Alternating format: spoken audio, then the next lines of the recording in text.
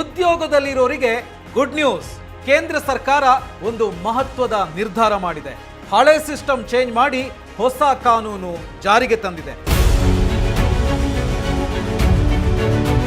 ಇದರಿಂದಾಗಿ ದುಡಿಯುವ ವರ್ಗದ ಸುಮಾರು 40 ಕೋಟಿ ಉದ್ಯೋಗಿಗಳಿಗೆ ಭಾರೀ ಪ್ರಯೋಜನ. Salary, safety, PF, health checkup, ಇನ್ಮೇಲೆ ಎಲ್ಲದಕ್ಕೂ ಅನುಕೂಲ. ಸಂಬಳಕ್ಕಾಗಿ ದುಡಿಯುತ್ತಿರುವಂತ ಪ್ರತಿಯೊಬ್ಬರು ಕೂಡ ಈ ವಿಡಿಯೋವನ್ನ ನೋಡ್ಲೇಬೇಕು. ಹಾಗಿದ್ರೆ ಆ ಹೊಸ ರೂಲ್ಸ್ ಏನು, ಇದರಿಂದ ಯಾರ್ಯಾರಿಗೆ ಬೆನಿಫಿಟ್ ಸಿಗುತ್ತೆ, ಎಲ್ಲದರ ಬಗ್ಗೆ ಹೇಳ್ತೀನಿ. ಈ ವಿಡಿಯೋವನ್ನ ಕಂಪ್ಲೀಟ್ ಆಗಿ ನೋಡಿ. ಹಾಯ್, ಹಲೋ, ನಮಸ್ಕಾರ, ವೆಲ್ಕಮ್ ಟು ಬಾಸ್ವಾಲಾ. ನಾನು ಶೇಷಕೃಷ್ಣ ಭಟ್. ಹೌದು, ಕೇಂದ್ರ ಸರ್ಕಾರ ಒಂದು ಐತಿಹಾಸಿಕ ನಿರ್ಧಾರ ತಗೊಂಡಿದೆ. ನವೆಂಬರ್ 21, 2025ರಿಂದ ನಮ್ಮ ದೇಶದಲ್ಲಿ ಕಾರ್ಮಿಕರಿಗೋಸ್ಕರ ಅಂತಾನೆ 4 ಹೊಸ ಲೇಬರ್ ಕೋಡ್ ಅಂದ್ರೆ ಕಾರ್ಮಿಕ ಸಂಹಿತೆಗಳು ಜಾರಿಗೆ ಬಂದಿದೆ. ಹಳೆಯ 29 ಕಾನೂನುಗಳನ್ನು ತೆಗೆದುಹಾಕಿ ಎಲ್ಲವನ್ನ ಸೇರಿಸಿ ಈ 4 ಹೊಸ ರೂಲ್ಸ್ ಅನ್ನ ತಂದಿದ್ದಾರೆ. ನೋಡಿ, ನಮ್ಮಲ್ಲಿದ್ದ ಎಷ್ಟೋ ಲೇಬರ್ ಕಾನೂನುಗಳು ಬ್ರಿಟಿಷರ ಕಾಲದ್ದು ಅಥವಾ 1950ರ ಕಾಲದ್ದು. ಇವಾಗಿನ ಕಾಲಕ್ಕೆ ಅದು ಸರಿಯಾಗಿ ಮ್ಯಾಚ್ ಆಗ್ತಿರ್ಲಿಲ್ಲ, ಸುಮ್ಮನೆ ಕನ್ಫ್ಯೂಷನ್ ಜಾಸ್ತಿ ಇತ್ತು. ಅದಕ್ಕೆ ಈ ಸರ್ಕಾರ ಹಳೆ ಸಿಸ್ಟಮ್ ಅನ್ನ ಚೇಂಜ್ ಮಾಡಿ ಇವಾಗಿನ ಕಾಲಕ್ಕೆ ತಕ್ಕ ಹಾಗೆ ಹೊಸ ರೂಲ್ಸ್ ಅನ್ನ ತಂದಿದ್ದಾರೆ. ಇದು ಕಂಪನಿಗಳಿಗೂ ಒಳ್ಳೆಯದು, ಕೆಲಸ ಮಾಡುವಂತ ನಿಮಗೂ ಕೂಡ ಒಳ್ಳೆಯದು. ಅಂದಹಾಗೆ ಆ 4 ಹೊಸ ಲೇಬರ್ ಕೋಡ್ಗಳು ಯಾವುದು ಅಂತೇಳಿ ಈಗ ಹೇಳ್ತಾ ಹೋಗ್ತೀನಿ. ಅದರಲ್ಲಿ ಮೊದಲನೇದು ವೇತನ ಸಂಹಿತೆ 2019, ಇದು ಸಂಬಳಕ್ಕೆ ಸಂಬಂಧಪಟ್ಟಂಥದ್ದು. ಎರಡನೇದು ಕೈಗಾರಿಕಾ ಸಂಬಂಧಗಳ ಸಂಹಿತೆ 2020. ಹಾಗೆಯೇ ಮೂರನೇದು ಸಾಮಾಜಿಕ ಭದ್ರತಾ ಸಂಹಿತೆ 2020. ಸೊ ಇಲ್ಲಿ PF ಇನ್ಶೂರೆನ್ಸ್ಗೆ ಸಂಬಂಧಪಟ್ಟಂಥದ್ದು ಇಲ್ಲಿದೆ. ಹಾಗೆಯೇ ನಾಲ್ಕನೇದು ಸೇಫ್ಟಿ ಮತ್ತು ಹೆಲ್ತ್ ಸಂಹಿತೆ 2020. ಇದನ್ನ ನಮ್ಮ ದೇಶದ ಕಾರ್ಮಿಕರಿಗೆ ಅಂದ್ರೆ ನಿಮ್ಮೆಲ್ಲರಿಗೂ ಕೂಡ ಒಳ್ಳೆ ಭವಿಷ್ಯ ಮತ್ತು ಸೆಕ್ಯೂರಿಟಿಯನ್ನು ಕೊಡಬೇಕು ಅಂತಾನೆ ತಂದಿದ್ದಾರೆ. ಈಗ ಈ ಹೊಸ ರೂಲ್ಸ್ ನಿಂದ ಏನೇನ್ ಲಾಭ ಆಗುತ್ತೆ ನೋಡ್ತಾ ಹೋಗೋಣ ಒನ್ ಬೈ ಒನ್. ಸೊ ಮೊದಲನೇದು ಅಪಾಯಿಂಟ್ಮೆಂಟ್ ಲೆಟರ್. ನೋಡಿ, ಹಿಂದೆ ನೀವೆಲ್ಲಾದ್ರೂ ಕೆಲಸಕ್ಕೆ ಸೇರ್ಕೊಂಡ್ರೆ ಅಪಾಯಿಂಟ್ಮೆಂಟ್ ಲೆಟರ್ ಅಂತ ಹೇಳಿ ಕೊಡ್ತಾನೆ ಇರಲಿಲ್ಲ. ಕಾರ್ಪೊರೇಟ್ ಕಂಪನಿಗಳಲ್ಲಿ, ಕೆಲವು ಕಂಪನಿಗಳಲ್ಲಿ ಮಾತ್ರ ಕೊಡ್ತಾ ಇದ್ರು. ಆದರೆ ಇನ್ಮೇಲೆ ಹಾಗಲ್ಲ, ಪ್ರತಿಯೊಬ್ಬರಿಗೂ ಕೂಡ ಅಪಾಯಿಂಟ್ಮೆಂಟ್ ಲೆಟರ್ ಕೊಡಲೇಬೇಕು. ಅಂದ್ರೆ ನೀವಲ್ಲಿ ಕೆಲಸ ಮಾಡ್ತಿದ್ದೀರಿ ಅನ್ನೋದಕ್ಕೆ, ಅಂದ್ರೆ ಇದರಿಂದ ನಿಮ್ಮ ಕೆಲಸಕ್ಕೆ ಗ್ಯಾರಂಟಿ ಕೂಡ ಸಿಗುತ್ತೆ. ಸೊ ಹಿಂದೆಲ್ಲ ಅಪಾಯಿಂಟ್ಮೆಂಟ್ ಲೆಟರ್ ಕೊಡ್ತಾ ಇರಲಿಲ್ಲ, ಆದರೆ ಈಗ ಕೊಡಲಿಲ್ಲ ಅಂತಾರೆ ನೀವು ಕೇಳಿ ತಗೋಬಹುದು. ಯಾಕಂದ್ರೆ ರೂಲ್ಸ್ ಪ್ರಕಾರ ಅಪಾಯಿಂಟ್ಮೆಂಟ್ ಲೆಟರ್ನ ಕೊಡಲೇಬೇಕಾಗತ್ತೆ.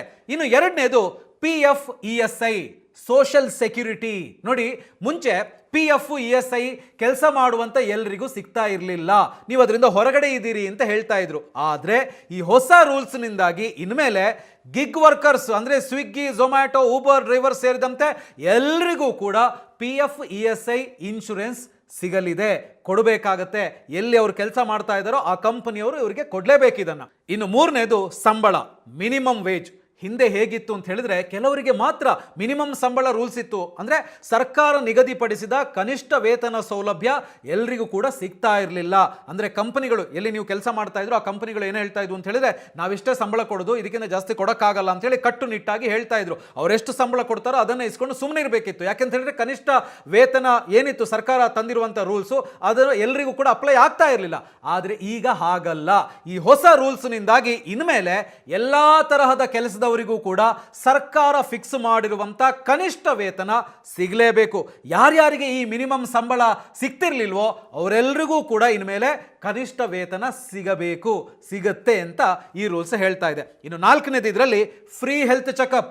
ನಿಮಗೇನಾದ್ರೂ 40 ವರ್ಷ ದಾಟಿದ್ಯಾ, ಹಾಗಿದ್ರೆ ನಿಮ್ಮ ಕಂಪನಿಯವರೇ ವರ್ಷಕ್ಕೊಮ್ಮೆ ನಿಮಗೆ ಫ್ರೀ ಆಗಿ ಹೆಲ್ತ್ ಚೆಕಪ್ ಅನ್ನ ಮಾಡಿಸ್ಲೇಬೇಕು. ಸೊ ಇದು ರೂಲ್ಸ್. ಯಾಕೆಂತ ಹೇಳಿದ್ರೆ ಕೆಲಸ ಮಾಡುವಂತವರ ಆರೋಗ್ಯವನ್ನು ಕೂಡ ಕಾಪಾಡಿಕೊಳ್ಳಬೇಕು ಅಂತ ಹೇಳುವಂತ ಕಾರಣಕ್ಕೆ. ಇನ್ನು ಐದನೇದು ಸಂಬಳ ಯಾವಾಗ, ತಿಂಗಳು ಕಳೀತು ಸಂಬಳ ಬಂದಿಲ್ಲ ಅನ್ನೋ ಹಾಗಿಲ್ಲ ಇನ್ಮೇಲೆ. ನೋಡಿ, ಎಷ್ಟೋ ಕಡೆ ಈ ಪ್ರಾಬ್ಲಮ್ ಇದೆ. ನೀವು ಸರಿಯಾಗಿ ಕೆಲಸ ಮಾಡಿರ್ತೀರಿ, ಆದರೆ ಸಂಬಳ ಮಾತ್ರ ಯಾವ್ಯಾವಾಗಲೂ ಕೊಡ್ತಾರೆ. ಅಂದರೆ ತುಂಬ ಡಿಲೇ ಮಾಡಿ ಎಲ್ಲ ಕೊಡ್ತಾ ಇದ್ರು. ಫಾರ್ ಎಕ್ಸಾಂಪಲ್ ಹೇಳಬೇಕು ಅಂತಂದರೆ ನೀವು ನವೆಂಬರ್ ತಿಂಗಳಲ್ಲಿ ಕೆಲಸ ಮಾಡಿರ್ತೀರಾ, ಡಿಸೆಂಬರ್ ಫಸ್ಟ್ ವೀಕ್ ಒಳಗಡೆ ಅವರು ಸಂಬಳವನ್ನು ಕೊಡಬೇಕು, ಆದರೆ ಅದನ್ನು ಕೊಡ್ತಾ ಇರಲಿಲ್ಲ. ಎಷ್ಟೋ ಟೈಮಲ್ಲಿ ಏನಾಗ್ತಿತ್ತು ಅಂತ ಹೇಳಿದ್ರೆ ಎಷ್ಟೋ ಕಂಪನಿಗಳಲ್ಲಿ ಡಿಸೆಂಬರ್ ಎಂಡ್ ಆದರೂ ನವೆಂಬರ್ ತಿಂಗಳ ಸಂಬಳವೇ ಸಿಗದೆ ಇರುವಂಥ ಪರಿಸ್ಥಿತಿ ಇತ್ತು. ಇನ್ಮೇಲೆ ಈ ಹೊಸ ರೂಲ್ಸ್ ಪ್ರಕಾರ ಕರೆಕ್ಟ್ ಟೈಮಿಗೆ ಸಂಬಳ ಹಾಕಲೇಬೇಕು, ವಿನಾಕಾರಣ ಸುಮ್ಮನೆ ಡಿಲೇ ಮಾಡೋ ಹಾಗಿಲ್ಲ. ಸೊ ಇದು ಕೆಲಸ ಮಾಡುವಂಥವರಿಗೆ ಪ್ಲಸ್ ಪಾಯಿಂಟು. ಇನ್ನು ಆರನೇದು ಹೆಣ್ಣು ಮಕ್ಕಳ ಕೆಲಸ. ಮುಂಚೆ ಹೆಣ್ಣು ಮಕ್ಕಳು ನೈಟ್ ಶಿಫ್ಟ್ ಮಾಡೋ ಹಾಗಿರಲಿಲ್ಲ. ಸಮಾನತೆ ಅಂತ ಹೇಳ್ತಾ ಇದ್ರು, ಬಟ್ ನೈಟ್ ಶಿಫ್ಟ್ ಮಾಡೋದಕ್ಕೆ ಬಿಡಲ್ಲ ಅಂತ ಹೇಳುವಂಥ ಒಂದು ಮಾತು ಹೆಣ್ಣು ಮಕ್ಕಳ ಕಡೆಯಿಂದ ಬರ್ತಾ ಇತ್ತು. ಆದರೆ ಇನ್ಮೇಲೆ ಹೆಣ್ಣು ಮಕ್ಕಳು ಕೂಡ ನೈಟ್ ಶಿಫ್ಟ್ ಮಾಡ್ಬೋದು, ಆದರೆ ಒಂದು ಕಂಡೀಷನ್ ಇದೆ, ಅವರಿಗೆ ಸೇಫ್ಟಿ ಕೊಡಬೇಕು ಮತ್ತು ಅವರಿಗೆ ಇಷ್ಟ ಆದರೆ ಮಾತ್ರ ಕೆಲಸವನ್ನು ಮಾಡಿಸ್ಬೇಕು. ಸೊ ಇದು ಕಂಪನಿಗಳ ಜವಾಬ್ದಾರಿ. ಇನ್ನು 7ನೇದು ESIC. ಹಿಂದೆ 10ಕ್ಕಿಂತ ಕಡಿಮೆ ಜನ ಕೆಲಸ ಮಾಡೋ ಆಫೀಸ್ಗಳಲ್ಲಿ ESI ಮಾಡಿಸಬೇಕು ಅಂತ ಇರಲಿಲ್ಲ, ರೂಲ್ಸ್ ಇರಲಿಲ್ಲ. ಆದರೆ ಈಗ 10ಕ್ಕಿಂತ ಕಡಿಮೆ ಜನ ಕೆಲಸ ಮಾಡೋ ಆಫೀಸ್ಗಳಲ್ಲೂ ಕೂಡ ESIC ಸೌಲಭ್ಯವನ್ನು ತಗೋಬಹುದು.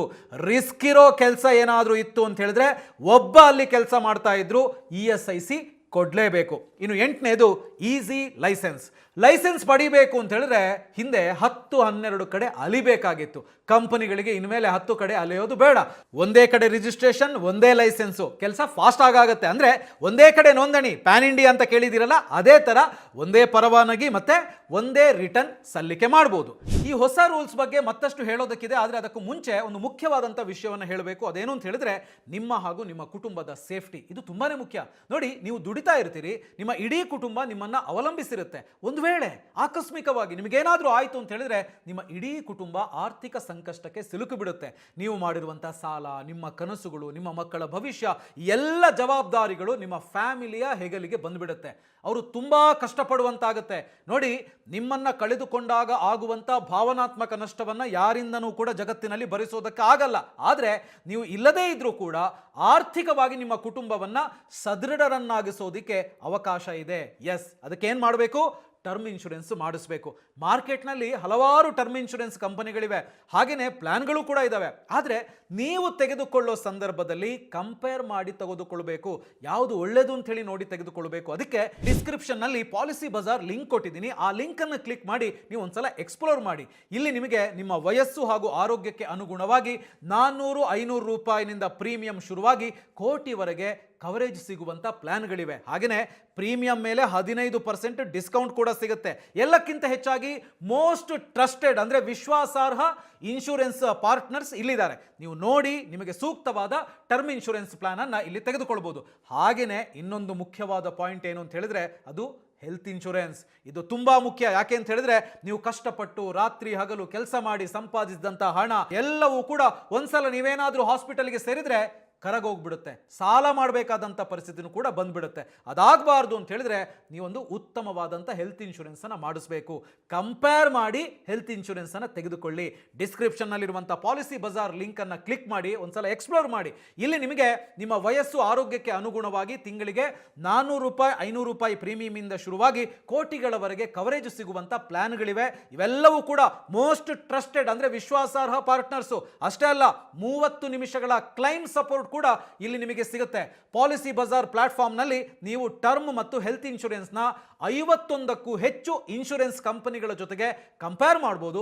ಹಾಗೆಯೇ ಡಿಸ್ಕ್ರಿಪ್ಷನ್ ನಲ್ಲಿರೋ ಪಾಲಿಸಿ ಬಜಾರ್ ಲಿಂಕ್ ಕ್ಲಿಕ್ ಮಾಡೋದ್ರ ಮೂಲಕ ನೀವು ಎಲ್ಲಾ ಪ್ಲಾನ್ಗಳನ್ನು ಕಂಪೇರ್ ಮಾಡಿ ನಿಮಗೆ ಸೂಕ್ತವಾದುದನ್ನ ನೀವು ತೆಗೆದುಕೊಳ್ಳಬಹುದು. ಇನ್ನುಳಿದಂತೆ ಪ್ರಮುಖ ವಲಯಗಳಾದ್ಯಂತ ಕಾರ್ಮಿಕ ಸುಧಾರಣೆ ಏನೇನಿದೆ ನೋಡೋಣ. ಸೊ ಅದರಲ್ಲಿ ಮೊದಲನೇದು ಕಾಂಟ್ರಾಕ್ಟ್ ವರ್ಕರ್ಸ್, FTE ಅಂತ ಹೇಳ್ತೀವಿ. ನೋಡಿ, ನೀವು ಕಾಂಟ್ರಾಕ್ಟ್ ಮೇಲೆ ಕೆಲಸ ಮಾಡ್ತಿದ್ರು ಕೂಡ ಪರ್ಮನೆಂಟ್ ಆಗಿ ಕೆಲಸ ಮಾಡುವಂಥವರಿಗೆ ಸಿಗುವಂಥ ರಜೆ, ಮೆಡಿಕಲ್ ಫೆಸಿಲಿಟಿ ಅವೆಲ್ಲವೂ ಕೂಡ ಇನ್ನು ಮುಂದೆ ನಿಮಗೂ ಕೂಡ ಸಿಗುತ್ತೆ. ಅದರಲ್ಲೂ ಕೂಡ ಮುಖ್ಯವಾದ ಪಾಯಿಂಟ್ ಏನು ಅಂತ ಹೇಳಿದ್ರೆ ಬರೀ 1 ವರ್ಷ ಕೆಲಸ ಮಾಡಿದ್ರು ಕೂಡ ನಿಮಗೆ ಗ್ರಾಚ್ಯುಯಿಟಿ ದುಡ್ಡು ಸಿಗುತ್ತೆ. ಮುಂಚೆ 5 ವರ್ಷ ಒಂದೇ ಕಡೆ ಕೆಲಸ ಮಾಡಿದರೆ ಮಾತ್ರ ನಿಮಗೆ ಗ್ರಾಚ್ಯುಯಿಟಿ ಸಿಗ್ತಾ ಇತ್ತು. ಆದರೆ ಇನ್ನು ಮುಂದೆ ನೀವು ಒಂದು ಕಡೆ 1 ವರ್ಷ ಜಾಸ್ತಿ ಕೆಲಸ ಮಾಡಿದರೂ ಕೂಡ ಗ್ರಾಚ್ಯುಯಿಟಿ ಸಿಗುತ್ತೆ ಅಂತೇಳಿ ಈ ಹೊಸ ರೂಲ್ಸ್ ಹೇಳ್ತಾ ಇದೆ. ಎರಡನೇದಾಗಿ ಗಿಗ್ ವರ್ಕರ್ಸು. ನೋಡಿ, ಡೆಲಿವರಿ ಬಾಯ್ಸು, ಡ್ರೈವರ್ಸ್ಗೆ ಇದೇ ಫಸ್ಟ್ ಟೈಮ್ ಗವರ್ಮೆಂಟ್ ರೂಲ್ಸ್ ಮಾಡಿರೋದು. ಕಂಪನಿಗಳು ತಮ್ಮ ಲಾಭದಲ್ಲಿ 1-2% ದುಡ್ಡನ್ನು ಇವರ ಲೈಫ್ ಸೆಕ್ಯೂರಿಟಿಗೆ ಕೊಡಬೇಕು. ನೀವು ಯಾವ ರಾಜ್ಯದಲ್ಲಾದರೂ ಇರಿ, ಈ ಬೆನಿಫಿಟ್ ಅನ್ನ ನೀವು ಪಡ್ಕೊಳ್ಳೋದಕ್ಕೆ ಸಾಧ್ಯ ಇದೆ. ಇನ್ನು ಮೂರನೇದು ಗುತ್ತಿಗೆ ಕಾರ್ಮಿಕರು, ಕಾಂಟ್ರಾಕ್ಟ್ ಲೇಬರ್. ನೋಡಿ, ಮಾಲೀಕರೇ ಇವರಿಗೆ ಹೆಲ್ತ್ ಸೇಫ್ಟಿಯನ್ನ ನೋಡ್ಕೋಬೇಕು.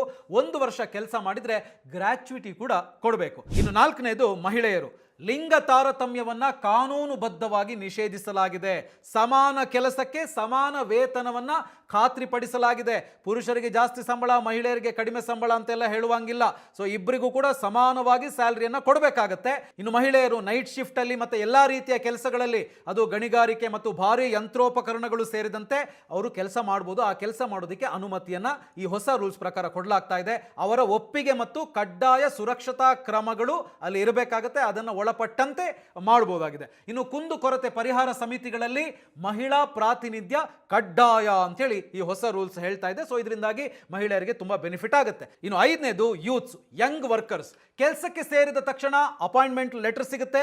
ರಜೆ ಹಾಕಿದ್ರು ಕೂಡ ದುಡ್ಡು ಸಿಗುತ್ತೆ, ಅಂದ್ರೆ ಲೀವ್ ಎನ್ಕ್ಯಾಶ್ಮೆಂಟ್ ಮಾಡ್ಕೋಬಹುದು. ಎಲ್ಲಾ ಕಾರ್ಮಿಕರಿಗೆ ಅಪಾಯಿಂಟ್ಮೆಂಟ್ ಲೆಟರ್ ಕೊಡೋದು ಕಡ್ಡಾಯ. ಸಾಮಾಜಿಕ ಭದ್ರತೆಯನ್ನು ಕೂಡ ಕೊಡಬೇಕಾಗತ್ತೆ. ನೋಡಿ, ಇನ್ನು ಉದ್ಯೋಗದಾತರಿಂದ ಕಾರ್ಮಿಕರ ಶೋಷಣೆಯನ್ನ ನಿಷೇಧಿಸಲಾಗಿದೆ. ರಜೆಯ ಸಮಯದಲ್ಲಿ ವೇತನ ಪಾವತಿಸುವುದನ್ನ ಕಡ್ಡಾಯಗೊಳಿಸಲಾಗಿದೆ. ಯೋಗ್ಯವಾದ ಜೀವನ ಮಟ್ಟವನ್ನ ಖಾತ್ರಿಪಡಿಸಿಕೊಳ್ಳೋದಿಕ್ಕೆ ಕೇಂದ್ರ ಸರ್ಕಾರ ನಿರ್ಧಾರ ಮಾಡಿದಂತ ಫ್ಲೋರ್ ವೇಜ್ ವೇತನದ ಪ್ರಕಾರ ಕಾರ್ಮಿಕರು ವೇತನವನ್ನ ಪಡೀತಾರೆ. ಸೊ ಇದು ಹೊಸ ರೂಲ್ಸ್ ಇಂದ ಆಗುವಂತ ಮಾರ್ಪಾಡು. ಇನ್ನು 6ನೇದು MSME, ಸಣ್ಣ ಪುಟ್ಟ ಕಂಪನಿಗಳಲ್ಲಿ ಕೆಲಸ ಮಾಡೋರಿಗೂ ಕ್ಯಾಂಟೀನ್, ಕುಡಿಯೋ ನೀರು, ರೆಸ್ಟ್ ರೂಮ್ ಇರಲೇಬೇಕು. ಓವರ್ ಟೈಮ್ ಏನಾದರೂ ಕೆಲಸ ಮಾಡಿಸಿದ್ರು ಅಂತ ಹೇಳಿದ್ರೆ ಅವರಿಗೆ ಡಬಲ್ ಸ್ಯಾಲರಿಯನ್ನ, ಡಬಲ್ ಸಂಬಳವನ್ನ ಕೊಡಬೇಕು. ಹಾಗೆಯೇ 7ನೇದು ಬೀಡಿ ಸಿಗರೆಟ್ ಕಾರ್ಮಿಕರು. ದಿನಕ್ಕೆ 8ರಿಂದ 12 ಗಂಟೆ ಡ್ಯೂಟಿ ಅಷ್ಟೇ, ವಾರಕ್ಕೆ 40 ಗಂಟೆ ಮೀರೋ ಹಾಗಿಲ್ಲ. ಎಕ್ಸ್ಟ್ರಾ ಮಾಡಿದ್ರೆ ಡಬಲ್ ಪೇಮೆಂಟ್ ಅನ್ನು ಕೊಡಬೇಕಾಗುತ್ತೆ. ವರ್ಷದಲ್ಲಿ 30 ದಿನ ಕೆಲಸ ಮಾಡಿದ್ರೆ ಬೋನಸ್ ಕೂಡ ಸಿಗುತ್ತೆ. ಇನ್ನು 8ನೇದು ತೋಟದ ಕಾರ್ಮಿಕರು. 10 ಜನಕ್ಕಿಂತ ಜಾಸ್ತಿ ಕೆಲಸ ಮಾಡೋ ತೋಟಗಳಲ್ಲಿ ಇದು ಅನ್ವಯ ಆಗುತ್ತೆ. ಕೆಮಿಕಲ್ ಅಥವಾ ಮದ್ದು ಹೊಡೆಯುವಾಗ ಸೇಫ್ಟಿ ಕೊಡಲೇಬೇಕು. ಇವರಿಗೆ ಮತ್ತೆ ಇವರ ಮಕ್ಕಳಿಗೆ ಹಾಸ್ಪಿಟಲ್, ಸ್ಕೂಲ್ ಫೆಸಿಲಿಟಿ ಸಿಗುತ್ತೆ. ಇನ್ನು 9ನೇದು ಮೀಡಿಯಾ. ಟಿವಿ, ಪೇಪರ್, ಯೂಟ್ಯೂಬ್ ಚಾನೆಲ್ನಲ್ಲಿ ಕೆಲಸ ಮಾಡುವಂಥ ಜರ್ನಲಿಸ್ಟ್, ಡಬ್ಬಿಂಗ್ ಆರ್ಟಿಸ್ಟ್ಗಳಿಗೆ ಅಪಾಯಿಂಟ್ಮೆಂಟ್ ಲೆಟರ್ ಮಸ್ಟ್. ಟೈಮಿಗಿಂತ ಜಾಸ್ತಿ ಅವರೇನಾದರೂ ದುಡಿದ್ರು ಅಂತ ಹೇಳಿದ್ರೆ ಡಬಲ್ ಸಂಬಳವನ್ನ ಕೊಡಬೇಕಾಗತ್ತೆ. ಇನ್ನು 10ನೇದು ಗಣಿ ಕಾರ್ಮಿಕರು. ವಾರಕ್ಕೆ 48 ಗಂಟೆ ಕೆಲಸ, ಫ್ರೀ ಹೆಲ್ತ್ ಚೆಕಪ್. ಕೆಲಸಕ್ಕೆ ಹೋಗುವಾಗ ದಾರಿಯಲ್ಲಿ ಏನಾದರೂ ಹೆಚ್ಚು ಕಮ್ಮಿ ಆದರೂ ಕೂಡ ಪರಿಹಾರ ಸಿಗುತ್ತೆ ಈ ಹೊಸ ರೂಲ್ಸಿನ ಪ್ರಕಾರ. ಇನ್ನು 11ನೇದು ಅಪಾಯಕಾರಿ ಕೆಲಸಗಳು. ಇಲ್ಲೂ ಕೂಡ ಅಷ್ಟೇ, ಸೇಫ್ಟಿ ಇದ್ರೆ ಲೇಡೀಸ್ ಕೆಲಸ ಮಾಡಬಹುದು. ಸೇಫ್ಟಿ ಕಮಿಟಿಯನ್ನ ಮಾಡಲೇಬೇಕು. ಇನ್ನು 12ನೇದು ಗಾರ್ಮೆಂಟ್ಸ್, ಟೆಕ್ಸ್ಟೈಲ್. ಸಮಾನ ವೇತನ, ಕಲ್ಯಾಣ ಪ್ರಯೋಜನಗಳು ಮತ್ತು PDS ಪೋರ್ಟೆಬಿಲಿಟಿ ಪ್ರಯೋಜನಗಳನ್ನು ಇಲ್ಲಿ ಪಡಿಬಹುದು. ಬಾಕಿ ಇರುವ ವೇತನ ಪಾವತಿ ಇತ್ಯರ್ಥಕ್ಕಾಗಿ ಕಾರ್ಮಿಕರು 3 ವರ್ಷಗಳವರೆಗೆ ಹಕ್ಕುಗಳನ್ನು ಸಲ್ಲಿಸಬಹುದು. ಇದು ಸರಳ ಮತ್ತು ಸುಲಭ ಪರಿಹಾರವನ್ನು ಸುಗಮಗೊಳಿಸ್ತಾ ಇದೆ. ನಿಗದಿತ ಸಮಯದ ನಂತರದ ಕೆಲಸಕ್ಕಾಗಿ ಕಾರ್ಮಿಕರಿಗೆ ಡಬಲ್ ಸ್ಯಾಲರಿಯನ್ನ, ಡಬಲ್ ವೇತನವನ್ನ ಕೊಡಬೇಕಾಗತ್ತೆ. ಇನ್ನು 13ನೇದು IT ಉದ್ಯೋಗಿಗಳು. ಪ್ರತಿ ತಿಂಗಳು 7ನೇ ತಾರೀಕು ಸಂಬಳ ಅಕೌಂಟಿಗೆ ಬೀಳಲೇಬೇಕು. ನೈಟ್ ಶಿಫ್ಟ್ ಮಾಡೋ ಲೇಡೀಸ್ಗೆ ಫುಲ್ ಸೇಫ್ಟಿ ಕೊಡಬೇಕು ಕಂಪನಿಯವರು.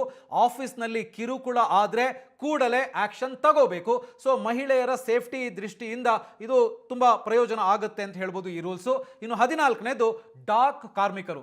ಎಲ್ಲ ಡಾಕ್ ಕಾರ್ಮಿಕರಿಗೆ ಅಧಿಕೃತ ಮಾನ್ಯತೆ ಮತ್ತೆ ಕಾನೂನು ರಕ್ಷಣೆ ಸಿಗುತ್ತೆ. ಸಾಮಾಜಿಕ ಭದ್ರತಾ ಪ್ರಯೋಜನಗಳನ್ನು ಖಾತರಿಪಡಿಸೋದಕ್ಕೆ ನೇಮಕಾತಿ ಪತ್ರಗಳು ಅಂದ್ರೆ ಅಪಾಯಿಂಟ್ಮೆಂಟ್ ಲೆಟರ್ ಅನ್ನ ಕಡ್ಡಾಯಗೊಳಿಸಲಾಗಿದೆ.